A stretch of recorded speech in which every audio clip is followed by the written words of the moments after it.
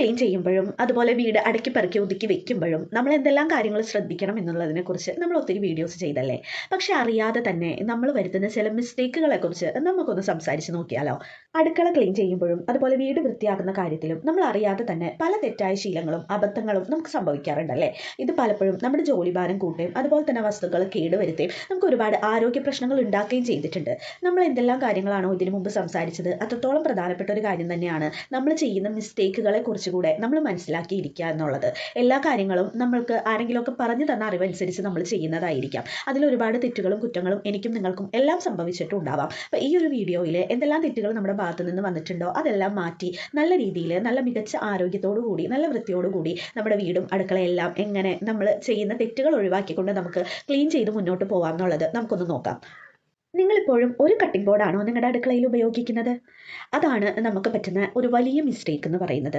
ഇറച്ചി കട്ട് ചെയ്യുന്നതിനും മീൻ കട്ട് ചെയ്യുന്നതിനും പച്ചക്കറിയും ഫ്രൂട്ട്സും കട്ട് ചെയ്യാനുമായിട്ട് നമ്മൾ ഒറ്റ കട്ടിംഗ് ബോർഡാണ് ഉപയോഗിക്കുന്നതെങ്കിൽ പച്ചയിറച്ചിന്നൊക്കെ നമുക്ക് നമ്മുടെ കണ്ണുകൾ കൊണ്ട് കാണാൻ സാധിക്കാത്ത കുഞ്ഞു കുഞ്ഞു ബാക്ടീരിയകൾ പച്ചക്കറിയിലൂടെയും ഫ്രൂട്ട്സിലൂടെയും എല്ലാം നമ്മളുടെ ശരീരത്തിലെത്തും. അത് നമ്മൾക്ക് വളരെ വലിയ രീതിയിൽ ആരോഗ്യ പ്രശ്നങ്ങൾ ഉണ്ടാക്കാനായിട്ട് കാരണമാകുന്നുണ്ട്. അതുകൊണ്ട് തന്നെ നമ്മുടെ വീട്ടിൽ നിർബന്ധമായിട്ട് വേണ്ട ഒരു കാര്യമാണ് 2 കട്ടിംഗ് ബോർഡ് എന്ന് പറയുന്നത്. നമ്മൾ ചെയ്യുന്നൊരു വലിയ മിസ്റ്റേക്കാണ് ഇത്. അപ്പോൾ എല്ലാവരും നിർബന്ധമായും 2 കട്ടിംഗ് ബോർഡ് ഉപയോഗിക്കുക. പച്ചക്കറിയും ഫ്രൂട്ട്സും കട്ട് ചെയ്യാനൊന്നും അതുപോലെ തന്നെ ഫിഷും പച്ച ഇറച്ചിയും കട്ട് ചെയ്യാനായിട്ട് മറ്റൊന്നും. ഈ രീതിയിലാണ് നമ്മൾ കട്ടിംഗ് ബോർഡ് യൂസ് ചെയ്യേണ്ടത്. അതുപോലെ തന്നെ നമുക്ക് സംഭവിക്കുന്ന മറ്റൊരു മിസ്റ്റേക്കാണ് പച്ചക്കറിയും അതുപോലെ തന്നെ ഇറച്ചിയും എല്ലാം കട്ട് ചെയ്തതിന് ശേഷം ഈ കട്ടിംഗ് ബോർഡ് വെറുതെ വെള്ളം ഒഴിച്ച് കഴുകി വെക്കുന്നത്.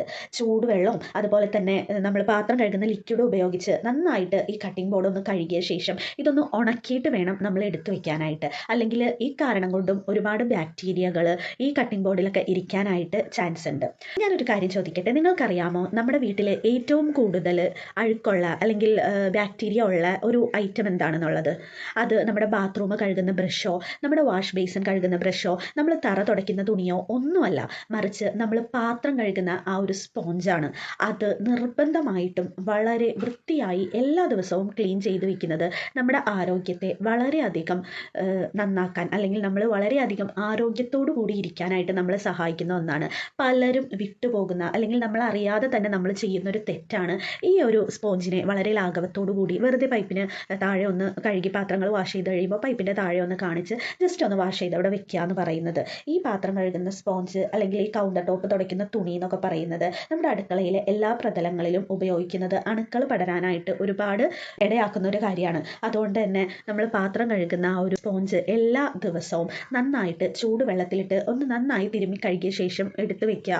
അതുപോലെ നമ്മുടെ അടുപ്പ് തുടയ്ക്കാനായിട്ടൊരു തുണി, നമ്മുടെ ഫ്ലോർ ടൈല് കൗണ്ടർ ടോപ്പിലുള്ള ടൈല് തുടയ്ക്കുന്നതിന് ഒരു തുണി, ആ രീതിയിൽ 2 3 തുണികൾ സെപ്പറേറ്റ് വെച്ചിട്ട് തന്നെ വേണം നമ്മൾ ഇത് ക്ലീൻ ചെയ്യാനായിട്ട്. എല്ലാ ഭാഗവും ക്ലീൻ ചെയ്യാൻ നമ്മൾ ഒറ്റ തുണി ഉപയോഗിക്കാതിരിക്കുക. നമ്മൾ കൂടുതലും ആളുകൾ ചെയ്യുന്നത് അത് തന്നെയാണ്. സെയിം തുണി വെച്ചിട്ടാണ് മാക്സിമം എല്ലാ സ്ഥലവും നമ്മൾ ക്ലീൻ ചെയ്യുന്നത്. അപ്പോൾ ആ ഒരു തെറ്റും നിങ്ങളിൽ നിന്ന് വരാതിരിക്കാൻ ശ്രദ്ധിക്കുക.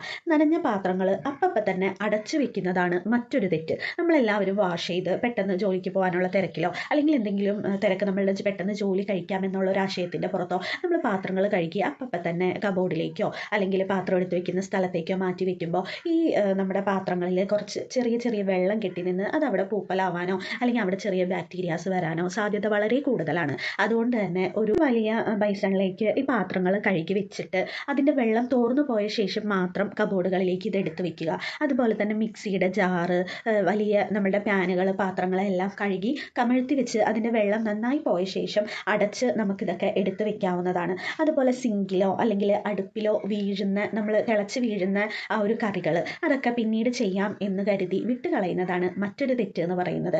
അതെല്ലാം നമുക്ക് അപ്പോൾ തന്നെ വളരെ കൃത്യമായിട്ട് വീഴുന്ന സമയത്ത് തന്നെ ക്ലീൻ ചെയ്ത് പോയാൽ ഇതൊരു ലാസ്റ്റ് അല്ലെങ്കിൽ ഇത് ഇങ്ങനെ കിടന്ന് കുറച്ച് നേരം കഴിയുമ്പോൾ നമുക്ക് പറ്റുന്നത് എന്താണെന്ന് വെച്ചാൽ നമുക്കിത് ക്ലീൻ ചെയ്യാൻ ഭയങ്കര ബുദ്ധിമുട്ടായിട്ട് വരും. അത് അവിടെ കിടന്ന് ഉണങ്ങും. അതിനേക്കാൾ നല്ലത് ആ വീഴുന്ന സമയത്ത് അപ്പം അങ്ങ് ക്ലീൻ ചെയ്യുകയാണെങ്കിൽ പെട്ടെന്ന് തന്നെ അത് ക്ലീൻ ആയി കിട്ടുകയും ചെയ്യും. നമ്മുടെ ഒരു വലിയ ജോലിഭാരം കുറഞ്ഞു കിട്ടുകയും ചെയ്യും. അതുപോലെ മറ്റൊരു മിസ്റ്റേക്കാണ് നമ്മളെല്ലാവരും ചെയ്യുന്നത്.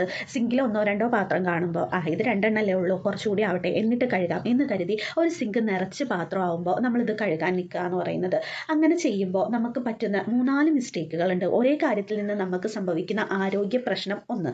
കാരണം ഇത്രയധികം പാത്രങ്ങൾ കുന്നുകൂട്ടിയിടുമ്പോൾ നമുക്കറിയാലോ ഭയങ്കരമായിട്ട് വൃത്തിയില്ലാത്ത ഒരു അണുക്കളൊക്കെ വരാനായിട്ട് നല്ല ചാൻസ് കൂടുതലാണ്.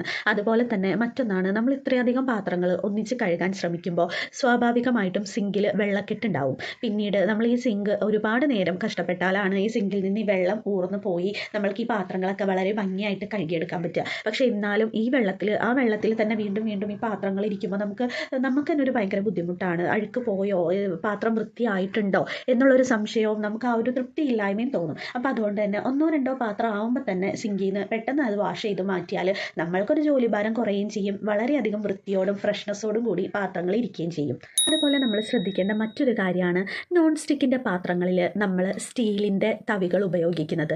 നോൺ സ്റ്റിക്കിൻ്റെ പാത്രങ്ങളിൽ നമ്മൾ ഈ സ്റ്റീലിൻ്റെ തവികൾ ഉപയോഗിക്കുമ്പോൾ അതിൻ്റെ അകത്തുള്ള ഇനാമലിന് കംപ്ലൈൻറ്റ് വരാനായിട്ട് ചാൻസ് വളരെ കൂടുതലാണ്.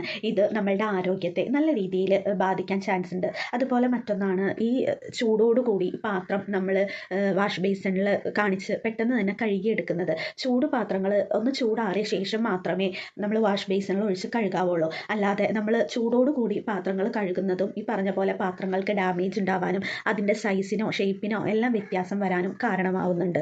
നമ്മൾ ഫ്രിഡ്ജിൽ ശ്രദ്ധിക്കേണ്ട ഒരു കാര്യമാണ്, ഫ്രിഡ്ജിൽ നമ്മൾ സാധനങ്ങൾ വെക്കുമ്പോൾ നന്നായിട്ട് അടച്ച് മൂടി നല്ല രീതിയിൽ വൃത്തിക്ക് സ്റ്റോർ ചെയ്യാൻ ശ്രമിക്കുക എന്നുള്ളത്. ഫ്രിഡ്ജിൽ കുന്നുകൂട്ടി സാധനങ്ങൾ വെക്കുന്നതിന് പകരമായിട്ട് സാധനങ്ങൾ വളരെ ഭംഗിയിൽ പാത്രങ്ങളിലാക്കി ഓർഗനൈസ് ചെയ്ത് വെക്കാൻ ശ്രദ്ധിക്കുക. അതുപോലെ വേണ്ടാത്ത സാധനങ്ങൾ ആഴ്ചയിൽ ഒരിക്കൽ നമ്മൾ ഫ്രിഡ്ജിൽ നിന്ന് ഒഴിവാക്കിയാൽ ഒരുപാട് സാധനങ്ങൾ നമ്മുടെ ഫ്രിഡ്ജിൽ വെറുതെ ഇരിക്കുന്നത് നമുക്ക് ഒഴിവാക്കാനായിട്ട് സാധിക്കും. അതുപോലെ തന്നെ ഫ്രിഡ്ജിൽ ഒരു സാധനങ്ങളും തുറന്നു വെക്കാതിരിക്കുക എന്നുള്ളതാണ് നമുക്ക് പറ്റുന്നൊരു മിസ്റ്റേക്കാണ്. ഇന്ന് എടുക്കാനുള്ളതല്ലേ, അല്ലെങ്കിൽ ഇന്ന് വൈകിട്ട് എടുക്കാമല്ലോ, നാളെ തന്നെ എടുക്കാമല്ലോ എന്ന് കരുതിയിട്ട് നമ്മൾ ഈ പാത്രങ്ങൾ ക്ലോസ് ചെയ്യാതെ തുറന്നു വെച്ചേക്കുന്നത്. പക്ഷേ അതൊരിക്കലും നമ്മൾ ചെയ്യാൻ പാടില്ല. ഫ്രിഡ്ജിലാണെങ്കിലും നമ്മൾ എന്ത് സാധനങ്ങളും അടച്ചു മൂടി തന്നെ വെക്കുക. അല്ലെങ്കിൽ ഇതിൽ ബാക്ടീരിയകൾ വരാനും അതുപോലെ തന്നെ ഇതിൻ്റെ ഒരു ഈർപ്പം ആ ഫ്രിഡ്ജിൽ വെച്ചിരിക്കുന്ന ആ ഒരു കറിയുടെയോ എന്ത് സാധനമാണോ നമ്മൾ വെച്ചിട്ടുള്ളത് അതിൻ്റെ ഒരു ഈർപ്പം നഷ്ടപ്പെടാനും ഇതൊരു കാരണമാവുന്നുണ്ട്.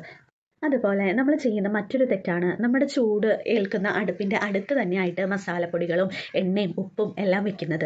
അതും നമുക്ക് പറ്റുന്നൊരു ചെറിയ മിസ്റ്റേക്കാണ്. ഒത്തിരി ചൂട് തട്ടുകയും എപ്പോഴും ചൂടടിക്കുകയും ചെയ്യുമ്പോൾ ഈ മസാലപ്പൊടികളുടെ സ്മെല്ലും അതുപോലെ എല്ലാം നമുക്ക് നഷ്ടപ്പെടാനായിട്ട് ചാൻസ് ഉണ്ട്. അപ്പോൾ അതുകൊണ്ട് തന്നെ കുറച്ച് വൃത്തിയായി ഇതൊരല്പം നീക്കി വെക്കുന്നതാണ് നമുക്ക് ആ ഒരു പൊടികളുടെ മണവും അതുപോലെ ആ ഒരു ഫ്രഷ്നെസ്സും എപ്പോഴും കിട്ടാൻ വേണ്ടിയിട്ട് നല്ലത്.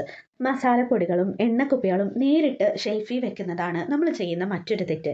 എണ്ണക്കുപ്പികളുടെ അടിവശത്തുനിന്നും മസാല പാത്രങ്ങളിൽ നിന്നൊക്കെ ഷെൽഫിലേക്ക് എണ്ണയും പൊടിയും എല്ലാം പറ്റിപ്പിടിക്കുന്നത് വലിയ കറകൾ വരാനും അതുപോലെ ഷെൽഫുകൾ ഒരു വൃത്തിയില്ലാത്ത രീതിയിലാവാനും കാരണമാകുന്നുണ്ട്.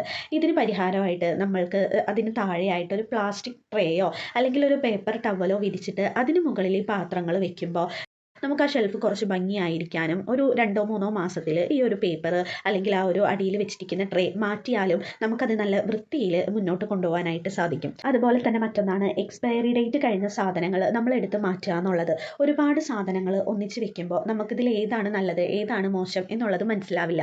അപ്പോൾ അതുകൊണ്ട് തന്നെ നമ്മൾ പുതിയത് വാങ്ങിക്കുന്ന സമയത്ത് പുതിയത് പുറകിലേക്ക് വെച്ചിട്ട് പഴയത് എടുത്ത് മുന്നിൽ വെക്കാനും അതിൻ്റെ ഡേറ്റ് കഴിയുന്ന സമയം അതെടുത്ത് മാറ്റാനും നമ്മൾ നന്നായിട്ട് ശ്രദ്ധിക്കുക. പാക്കറ്റ് മസാലകളും സോസും ഒക്കെ വാങ്ങിച്ച് കബോർഡിൻ്റെ ഉള്ളിലേക്ക് തള്ളി വെച്ചാൽ പിന്നെ നമ്മൾ പലപ്പോഴും അതിനെക്കുറിച്ച് മറന്നു പോവുകയും വർഷങ്ങളോളം അത് നോക്കാതിരിക്കുകയും ചെയ്യും. ഇതിന് പകരം മാസത്തിലൊരിക്കലാണ് നമ്മൾ ഈ കബോർഡുകളൊന്ന് പരിശോധിച്ച് ഇങ്ങനെ ചെയ്യേണ്ടത്. പുതിയ സാധനങ്ങൾ വാങ്ങുമ്പോൾ പഴയ സാധനങ്ങൾ എല്ലാം എടുത്ത് മുന്നിലേക്ക് വെച്ച് അത് മാറ്റാനായിട്ട് നമ്മളൊന്ന് ശ്രദ്ധിക്കുക.